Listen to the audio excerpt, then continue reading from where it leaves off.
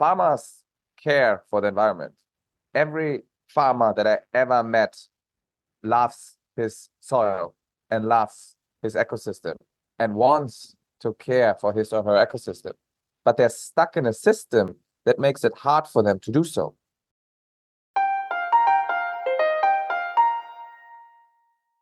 Welcome to the Case for Conservation podcast, where we explore biodiversity conservation and the environment more broadly and interrogate conventional wisdom for the sake of a more robust case for conservation. I'm your host, Andre Marder. Agriculture has been by far the biggest driver of land change and land degradation worldwide, and yet it's also fundamental to the very existence of humankind. This mismatch often comes up in public discourse.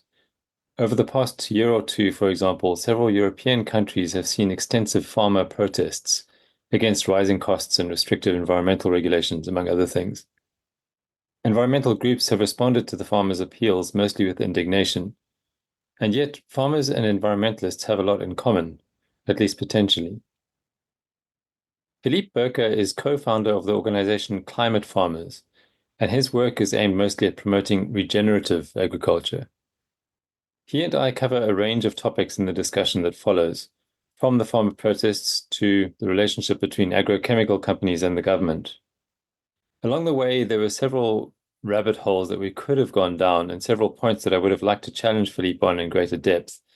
But with limited available time, I needed to bookmark those for another time and for future guests.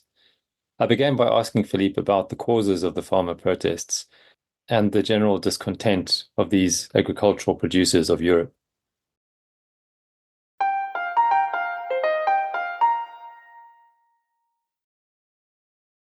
I mean, in Europe, we have the situation that farmers have kind of been mistreated, I would say, over the last 50, 60 years, especially. So it's not a very well-regarded thing in society to be a farmer. I grew up on the countryside. I grew up in a very agricultural context. My godmother was on a farm, and no one in my high school wanted to become a farmer, right? And this is an image that has been curated in society over the last 50 years, that farmers don't get a lot of respect and that we're very detached from the food that we're eating, right? People used to spend 40 to 50% of their income on food. Nowadays, it's 10 to 20% for most Europeans. So that means that we're not willing to pay for high quality food. And we're also not really willing to give farmers the appreciation that, in my opinion, they should be getting for growing the food that they do and for nourishing us. And this is also reflected in the financial realities of farmers. So the amount of money that farmers are getting is a lot less. So, for example, a milk farmer, for example, we work with a lot of cattle farmers. And even if they're doing amazing holistic grazing, they have cows which are outside, which are eating fresh grass, which are living a great life. They're producing high quality milk. And then they're getting a dumping price of 30 to 35 cents per liter of milk. That same milk is then sold in a supermarket for €1 to €1.50. Not much happens after the milk leaves the farm. So in my opinion, it's an issue that the farmer who's doing 90%, or actually the cows are doing most of the job, and the farmer is taking care of the cows, but he's getting very little money. And this is due to the way how our whole agricultural capitalistic system has been continuously exploiting the situation of farmers. And that's the reason why farmers across Europe are going on the streets and protesting. And in the end, it's one little thing which made in Germany, we say the keg is flowing over, like with one last drop of water. And that one last drop of water is what made the keg flow over, but it's not the reason why the farmers are protesting. So in Germany, that drop, for example, was that subsidies for gas was cut for petrol. Yeah, but that's obviously not the reason why farmers went on the street. They went on the street because they said enough is enough. And they have been so close to going on the street for several years, and they should be, because our entire agricultural system is right now not in support of farmers, which also has the side effect that nobody wants to become a farmer. So we have a massive issue of aging farmers. My godmother's farm is also ending in her generation, getting taken over by another bigger farm because no one wants to take over a farm, including me. I love farming, but I would not want to be a farmer right now because it's not a situation where it's attractive to be a farmer and where most farmers are struggling financially, are struggling mentally, and are not having a good time. So the way how I always say it, I see myself as a future farmer, and I want to work and dedicate my next 10 years to making farming a better profession again. And then hopefully I would love to get into farming myself, because it's a beautiful profession if the system around it is actually supporting you in doing it. And has anything changed? Have the protests had any positive effects, and are they continuing? I wouldn't say the protests really had a positive effect. I think the protests have been hijacked by populist movements, by the populist parties. They also have been hijacked by the agrochemical industry, which has very successfully pushed and manipulated policy in a direction which makes sure that the farmers are in a dependent situation on them very often, and they are the ones which are in the end profiting from it. Farmers are not really, I think, profiting from any direct outcomes in the long run of the protests. Mm-hmm. I want to get into that a little bit more later on, but just a quick sidetrack before that. I also wanted to ask about the reaction by the general public and by environmentalists in particular. So I've been watching this from a distance, and I've just heard, I've kind of been more or less randomly cherry picking podcasts and bits of news and that kind of thing. And my general impression is that environmentalists have not been very, with some exceptions, have not been very supportive of the farmers. And I think that comes from a general feeling that agriculture is bad. But what's your view of the general reaction? And yeah, I get the feeling that from what you've said already, that your view might be different to the average environmentalist. And I kind of think of you as an environmentalist, based on what I know about you. Yes, I mean, yeah, my view is definitely different. I think the general perception was very often that farmers are already getting so many subsidies and that they're greedy and that they don't want to protect the environment and all these kind of things, which is complete bullshit. Farmers care for the environment. Every farmer that I ever met loves his soil and loves his ecosystem and wants to care for his or her ecosystem. But they're stuck in a system that makes it hard for them to do so. The reason why farmers are using chemical input is not because they love destroying their soil. The reason why farmers are using chemical inputs, which are in the end having a negative effect on the ecosystem, is because the only thing that they get paid for right now is yield. So if you only get paid for yield and you're running a business with whom you have to feed your family, you maximize for yield. And you do whatever it takes to increase that yield, because your profit margins are so low that unless you maximize for the highest amount of yield, you will not be able to make financial ends meet and to keep your business / your farm afloat.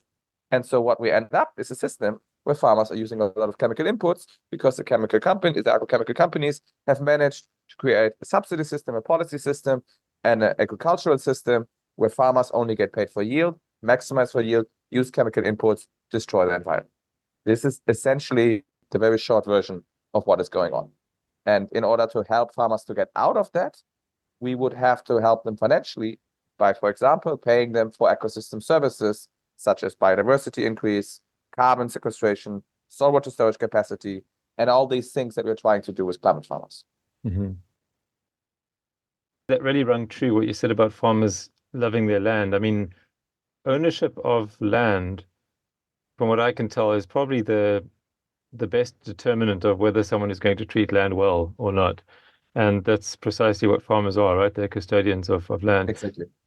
My experience, just a very quick anecdote, my experience in farming is very different to the European. It's about as different as you can get. It's in the very arid, extensive rangelands of the western part of southern Africa, where it's not pasture, it's rangeland. In other words, the animals are eating what's there already. And it's been quite badly abused in the past, but stocking densities have gone down. So now I think it's reasonably sustainable, at least relatively sustainable. And the same experience, the farmers that I've met there, and I've met many of them, they know the land better than anyone else. They know how the land works better than anyone else. And they certainly love the land more than anyone else as well. So We'll move on to the kind of agrochemical companies in a moment. I just wanted to kind of dwell on the environmental reaction a bit because that's kind of the world that I come from. And so I think it's the one that I'm most critical of as well. And I think that it's a pity. I mean, this is more of a statement than a question, but it's a pity that the environmentalist reaction has been what it has been because these are two groups that should be kind of fighting on the same side, right? Do you think that an awareness is growing among environmentalists in Europe, or are they generally still opposed to the farmer lobby? I mean, if there was another set of protests, would you expect the same kind of reaction from that sector? I don't think I can answer that question because I'm not in touch with them. But I mean, I know that some things are changing. So we're talking with some politicians from the Green Party. We're working very closely with the Club of Rome together, and with climate farmers and with our community of regenerative farmers, we have been lobbying for the nature restoration law, for example. And the nature restoration law, the populist parties claims that they are not in favor of farmers, right? But in reality, that's not true. The nature restoration law is not in favor of the agrochemical industry, but for farmers, which are actually regenerating their land, are increasing biodiversity, it would be a great law because it would enable farmers to finally get paid for increasing biodiversity by governments. Because that's essentially the issue that we're having, right? If government would pay farmers for increasing biodiversity, then that would make it more financially attractive for farmers to transition to regenerative agriculture.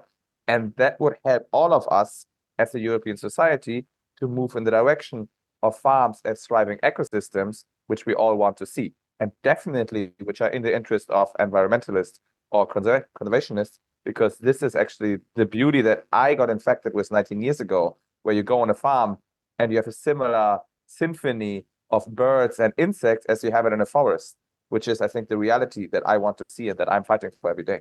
Mm-hmm.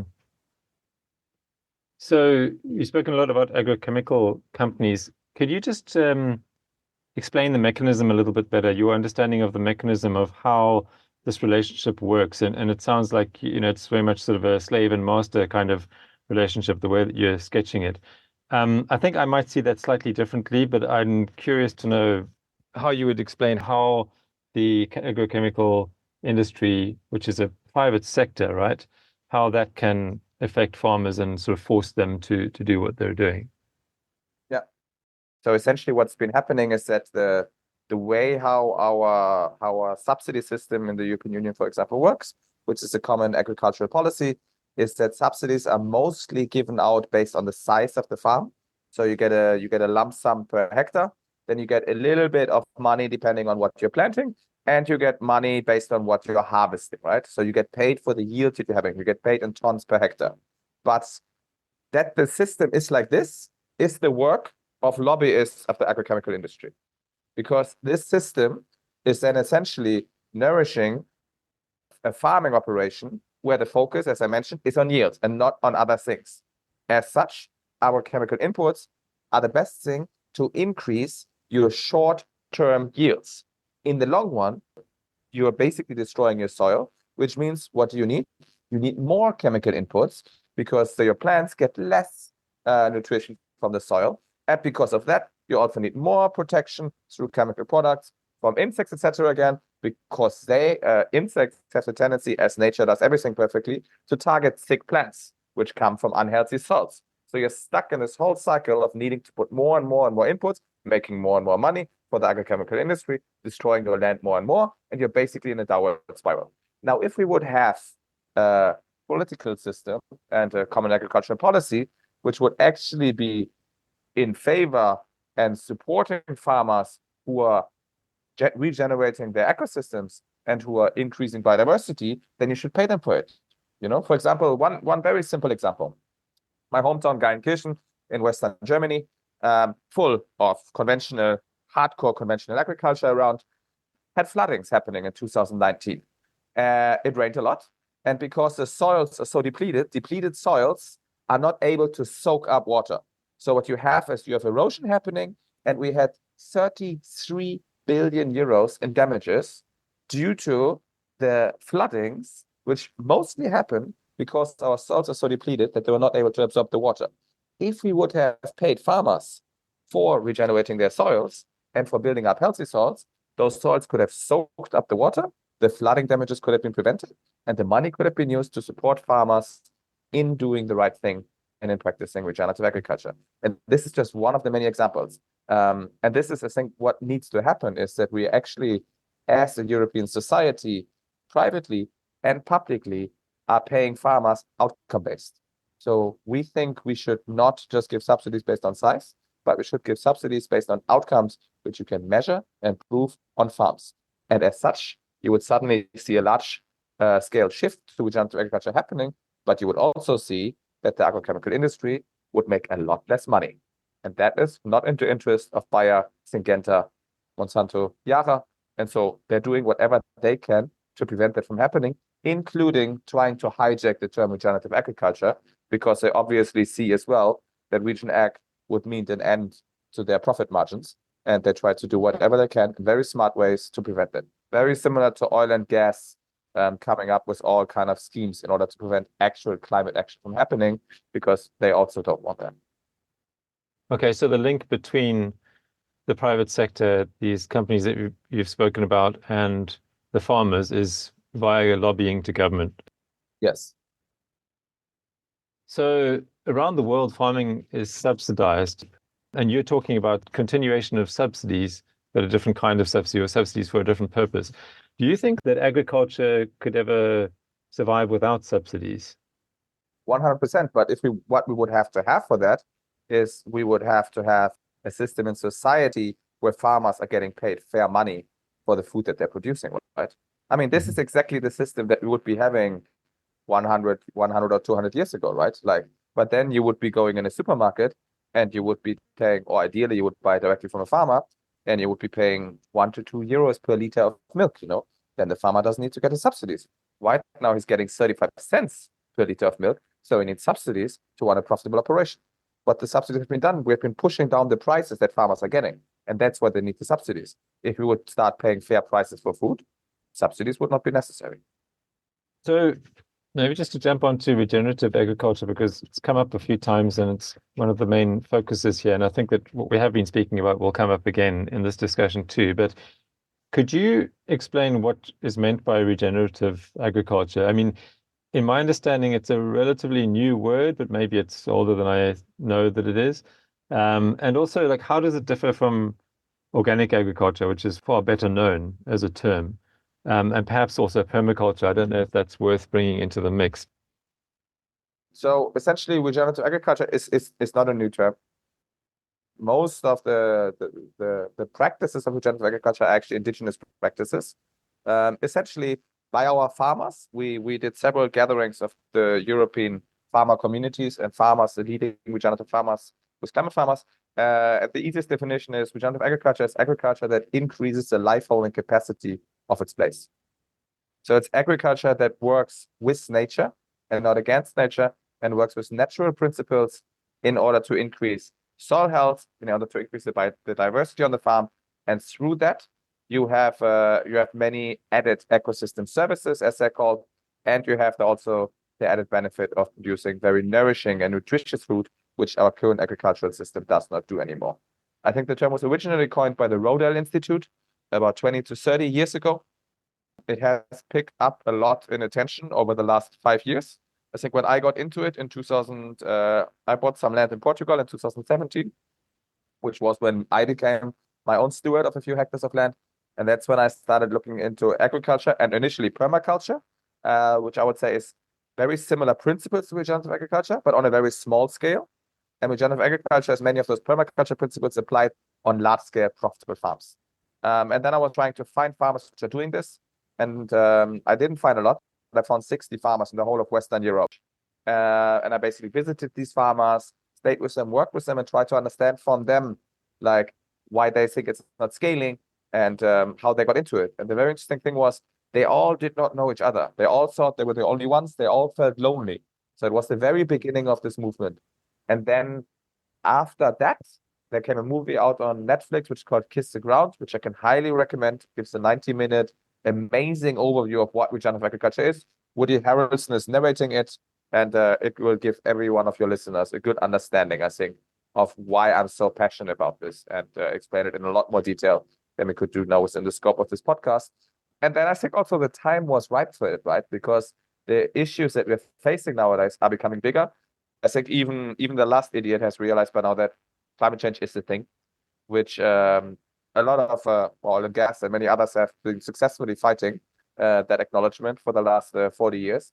And that also means that people have realized, okay, if we don't start doing something about it, we're going to run into problems. We started having more and more crop losses because of the effects of climate change. And all of these things together are leading to the fact that now more and more people and also companies are realizing, oh, we actually need to change something in our agricultural system because, as I outlined before, our soils are by now so depleted that we're not producing the harvest anymore that we need, that we're losing a lot of the crops that we're growing because of the depleted soils and the effects of climate change, and that we're running full speed towards a food crisis in the European Union.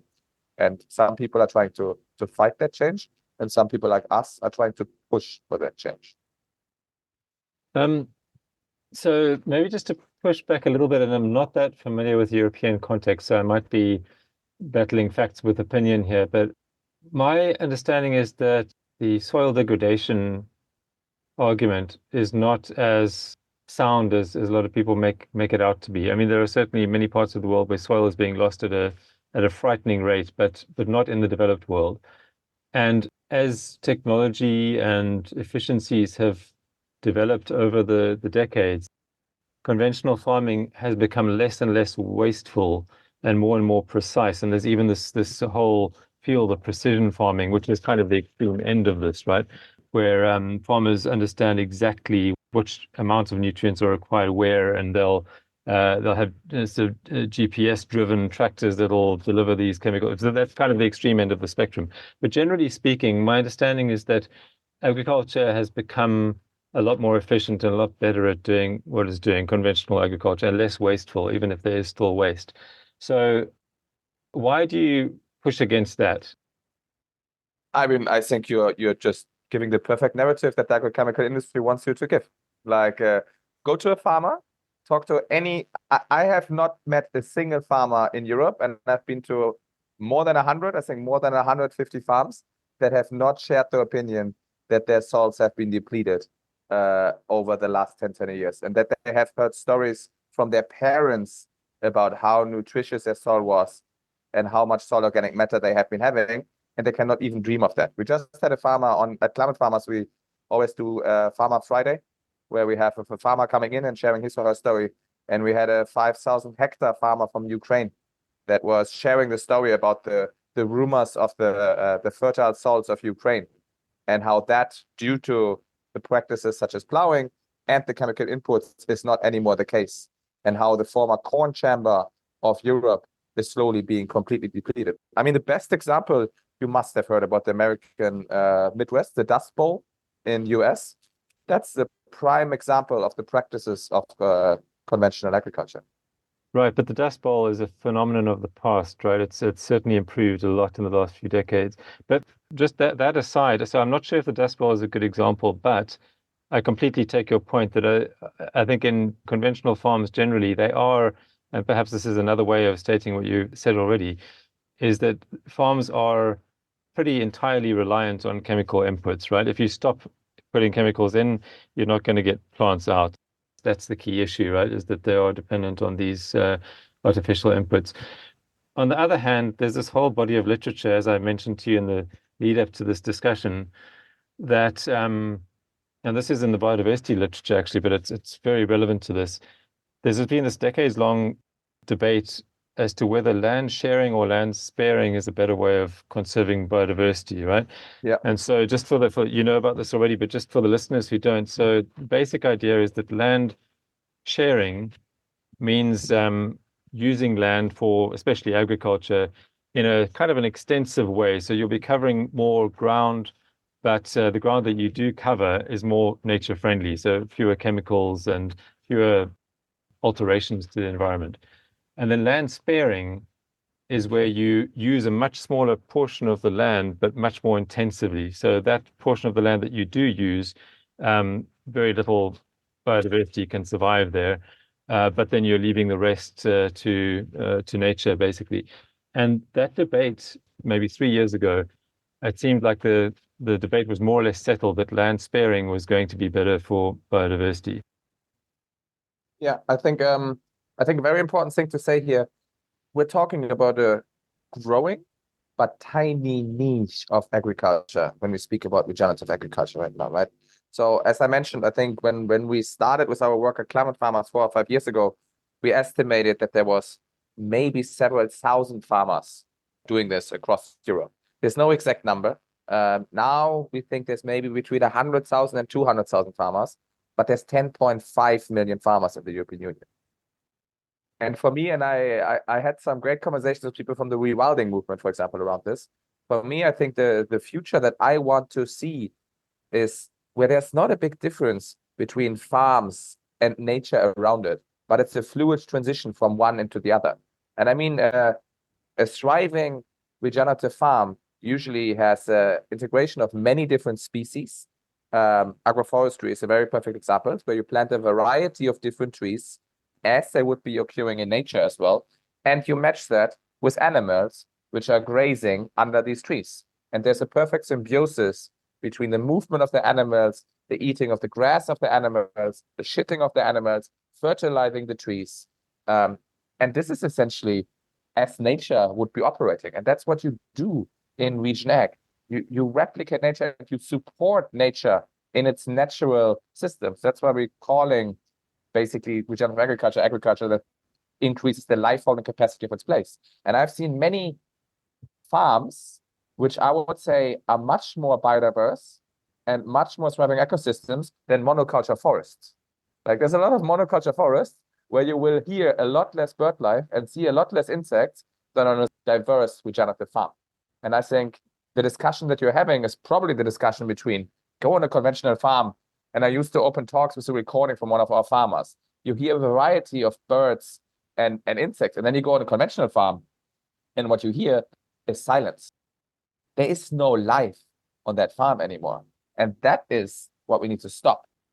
We need to stop any form of agriculture that is not in service of life.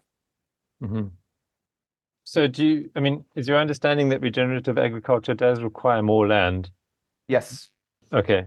And do you know how much more? There's no exact number. I mean, one thing that we can, for example, say is I was a vegetarian for 7 years because I didn't want to support the meat industry. And then I went on farms where I've seen cows and pigs outside moving, like regenerating the soil. And I was like, hey, I can stand behind this. These animals, these pigs, they're living a better life than wild boars are living in the forest. And then yes, they get killed, but they have a great life until that moment, and they have a positive effect on the ecosystem around them, and they're sequestering carbon in the soil. So I was like, I can stand behind that. And then I started looking into what this would mean. And for example, we could never keep up global meat consumption with regenerative agriculture because the animals would be outside and not in feedlots as we have it right now. And we need to abolish feedlots ASAP. And that would mean that we would roughly be able to eat 10 to 20% of the current meat consumption. So that would mean that people could be eating meat once or twice a week. I usually do it once or twice a month. And at that amount, we could actually cover the global desire for meat with meat that is produced through regenerative agricultural practices, such as holistic grazing. That is an example where I looked into the data. I cannot give you the exact size of the fields, but you would have a very high diversity of crops as well, right? So you would have very many things together, but it would have to be definitely more space. I can't tell you exactly how much. Right. But what you're talking about is kind of reducing meat consumption. I mean, if that can be achieved, and it's an interesting discussion in itself, but if that can be achieved, you're talking about reducing meat consumption kind of as a compensation for the additional land taken, Yeah. which I think makes a lot of sense because meat production is responsible for a lot more land overall worldwide than crop production, right? Because most of the crops produced are for feeding animals. Exactly. And that's the problem, right? Because if we would have regenerative systems, we could be using the crops for humans, and we could be using grasslands, which is meant for ruminants, such as cows. So I'm not even sure if we need overall more agricultural land, or if we would just have to reduce the meat consumption, then have cows only operating in systems where they're supposed to be, which would be grasslands, and otherwise use the croplands that we're having for crops which would actually be feeding humans instead of cows. Right.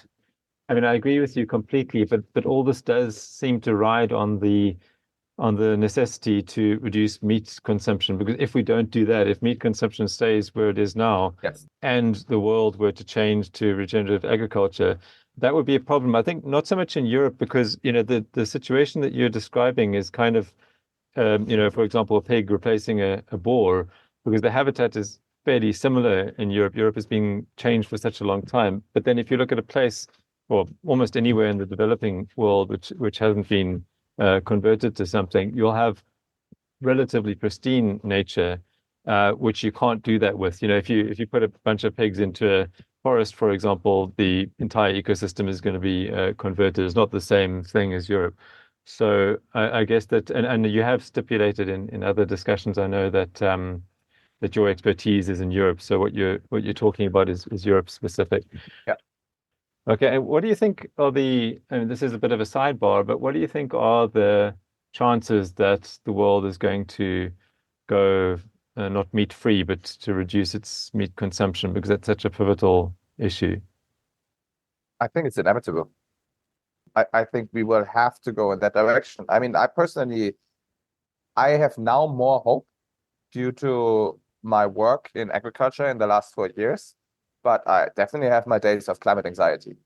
Like, I think as humanity, we are right now driving a Ferrari full speed over the cliff, and we will see immense amounts of human suffering, planetary suffering, species suffering as the consequences of our actions.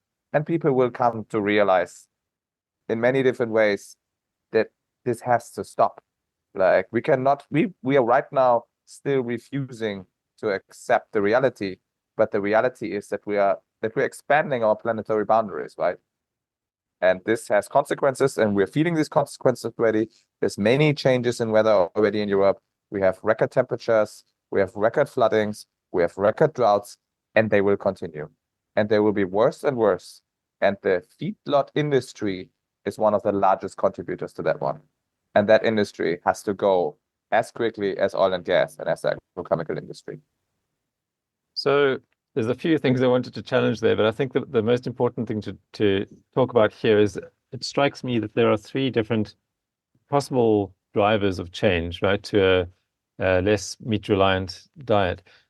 The one that you've just sketched now is catastrophe, basically, like breakdown of systems. The second one would be regulation, which is already ongoing, or both, I guess you could argue both catastrophe and regulation are ongoing. And the other one would be innovation. And I think we probably differ in that I'm more, and this is kind of a new thing. I didn't used to be like this, but I have much more faith in innovation than either of the other two. The thing with catastrophe is that, and here I have to also disagree slightly. I don't think that things are as catastrophic as a lot of people think they are. I think that a lot of the news headlines are giving a too extreme version of things, but that's maybe something that we shouldn't get into too much because it could distract us. But regulation, on the other hand, is something which needs to happen, but would have to be really heavy to make like seriously heavy to make people stop eating meat or reduce their meat intake to the degree that you're talking about. Innovation is something which is also happening, and the thing with innovation is that it kind of plods along and doesn't really have a huge impact, but then suddenly it does. And one of the things I'm thinking about is this lab-grown meat phenomenon, which is in the space of about 10 years, the price of a lab-grown burger has gone from several $1,000s to a few dozen dollars. So it's still kind of unaffordable. You can buy it in places like Singapore, but not in most parts of the world. So sorry, that was a bit of a monologue, but what do you think? I mean, these three ideas, catastrophe, regulation, or innovation, do you think that catastrophe is really the one that's going to make things happen, or do you think that we can avoid having to go that far? I think we're in it already. I think we are already living in times where biodiversity loss is at such a rate that I think we are living in times of catastrophe. Maybe that's where we differ, but I think we never had such a large amount of species going extinct in the last several thousand years of human history as we had in the last 10 years. For me, that's catastrophic. So I think the point where we are avoiding catastrophe has passed several years ago. So Okay, right. Okay, so you're talking about that level of catastrophe. I guess I had kind of, ice shelves falling into the sea kind of catastrophe in mind rather. But yeah, so I guess the thing is that people aren't changing that. I mean, the portion of the public that is willing to reduce their meat intake is, I think, if anything, worldwide, it's decreasing because developing countries, as they become richer, which they generally are, meat intake increases at the same time. So it's the counter phenomenon in places like Europe and other developed countries of reducing meat is so small in comparison. I'm just wondering. I know this sounds negative. I'm just wondering, what level of catastrophe is required to really make people change their mind. I mean, I have to say again, like I'm very focused on the European context, right? So I cannot speak. I don't feel comfortable speaking about anything that's happening outside of Europe Sure. because I'm really focused on essentially changing the European agricultural system. And in Europe, things are moving in the right direction. We see more and more awareness. We see more and more adoption of people. We see more and more people that start checking where's my food coming from. We see people eating less meat, eating more of the right kind of meat. So in the European context, things are moving in the right direction. And I think we're reaching a point where the level of catastrophe that we're experiencing, where the effects of climate change are so high and so obviously invisible, that people are starting to realize, okay, we really have to change things now. And I mean, I think the fact that change is possible if we really want it is one of the big learnings from the pandemic, right? Like we always say, oh no, we can't do this. And there's a global pandemic, and suddenly a lot of things are possible. And I think we will be hitting the point over the next 2 years that we will have more people dying from heat, which I think will be one big point. And I think there will be a few other turning points that will be leading to the fact. And the question is just, how much more suffering do we need before people realize that they have to change things rapidly? And of course, policy is playing a large role in there as well, right? Like, for example, if I would have a magic wand, I would establish true cost accounting across the scale. And then suddenly, any meat that comes from feedlots would be 10 times more pricey than regenerative meat, which would mean a massive adjustment of population already, right? So it all depends on what is the policy regulating is, what is the willingness of policy to step in here, and what are the consequences of this. But again, everything that I'm saying is from the European context. I don't know what's going on in the rest of the world, so I can't speak for that. Sure. That was kind of more about the demographic side of things, and you've spoken a lot, and I think you've become quite well known for talking about the idea of making farming sexy again. And you've mentioned in other discussions that the average farmer age in Europe is, did you say 55 or 58 or thereabouts? Late 50s, yeah. Right. So something that I've observed, and I think this is, again, outside Europe, but I think this is a human thing. It's not native to any particular part of the world. And also throughout human history, societies have left farms for cities as a general phenomenon. And that seems to be something that's very difficult to stop. It's happening in Japan as well. So similar to Europe, I think, that there's kind of more economic opportunities in the cities. Cheap food is coming from outside the country anyway, so it's not necessary to produce food in the country.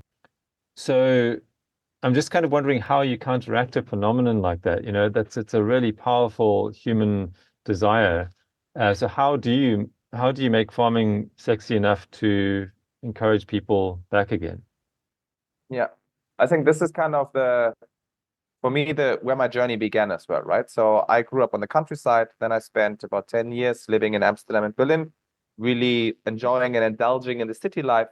But I missed nature. And I think this is something that more and more people realize. And again, I think the pandemic helped here, that there is something deeply ingrained in us. And there's an amazing scientist in Italy that's actually researching the effect of being outdoors on your brain.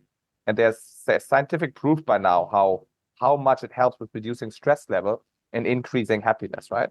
So I think the research there's helping, and also people just experiencing this is one thing that I see helping with going in that direction.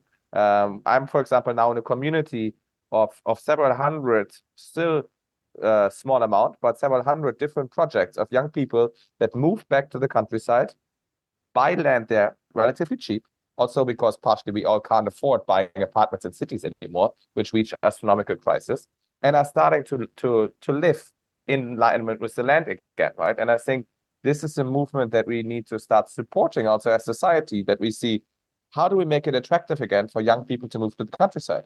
When they move to the countryside, they're starting to get more in contact with farmers. They start visiting farmers again. Farmers feel valued again. They feel like they're in touch again. They're not isolated from society. They're integrated in society. And then I hope that we will get to something like an avalanche effect, where we will decrease the stress and the pressure from cities, and we will increase the livelihood of people in the countryside. I think in the long run, in the European context, we cannot continue with this massive focus on cities, but we will have to start using the land as a whole again. And that is a movement that I'm pushing, and that is a movement that I'm also living myself. Like I'm still spending my summers in Berlin and Amsterdam because it's great to be there in summers. Most of my friends are there.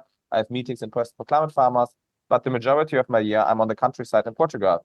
And to be honest, I'm loving it. I have my office outside. I feel a lot more happier. I'm trying to work more and more towards also spending less time on the laptop and maybe doing 6 to 8 hours laptop and doing 2 to 4 hours of work on the field, being in the land myself. I planted 700 fruit and nut trees last year. And it's amazing to see them grow. And I feel personally so much more fulfilled by doing that. And I think we see such an increase in mental illnesses in our societies right now because of the environment that we're in. Every time I get to a city, it's so loud. There's so much noise. There's so much subconscious stress. And it's like the entire setup that we're having right now is serving capitalism and is serving some people making a lot of money, but it's not serving humanity and it's not serving our planet, because in general, people are not happier when they're in cities. They just have the feeling that they need to go there.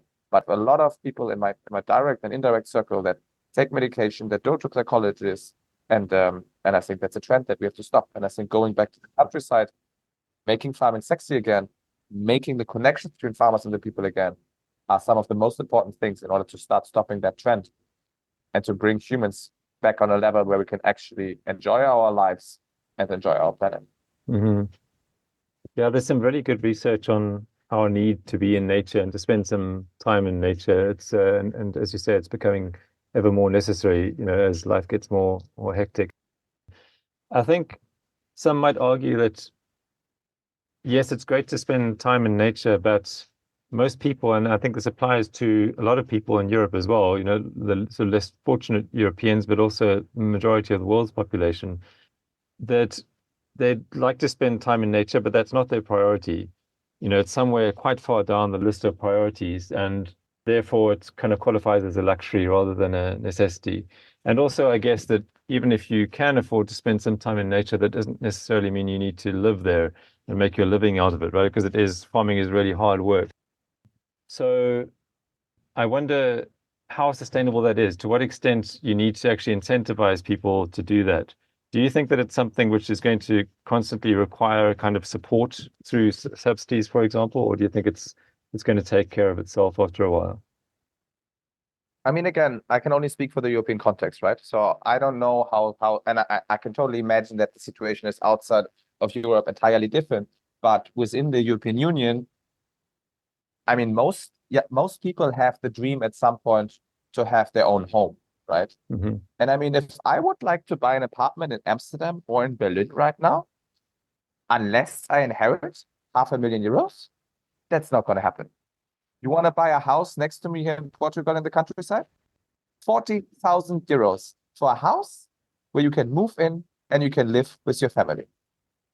Or you spend €500,000 on a 40 square meter apartment in a big European city. I think the choice is yours, but if you ask me, the second option is a lot more affordable than the first one. Of course, not everybody has employment there, right? So then we come to the issue of You need to be providing employment on the countryside. More and more jobs are happening online right now. Less and less people need to go to the office. We need to do their job. So you have to be at some point in the situation of either working with your laptop or an economy forming around this, right? So what I would love to see, and I don't know if we will see government supporting this, I would love that as well. But at the moment, I see it just privately, is that more and more people that have the possibility to actually work through the laptops. And we have, for example, Starlink, where we are. There's a lot of criticism of Elon Musk, but Starlink is definitely providing us with the fastest internet I ever had. And people can be working in nature. They spend a lot less money on the house. They can spend more money on their food, on having a good lifestyle. And if you have people around that, then an economy starts forming around that, right? So it needs the first people to move there to start this. And then once you have 200 people living in a village in the countryside, then you can also have someone that's, for example, a bakery that's providing food for these people, or a little supermarket. And this is where slowly, I would love to play my part in reversing that trend of moving to the city and in bringing life to the countryside, and through that, also making farming sexy again.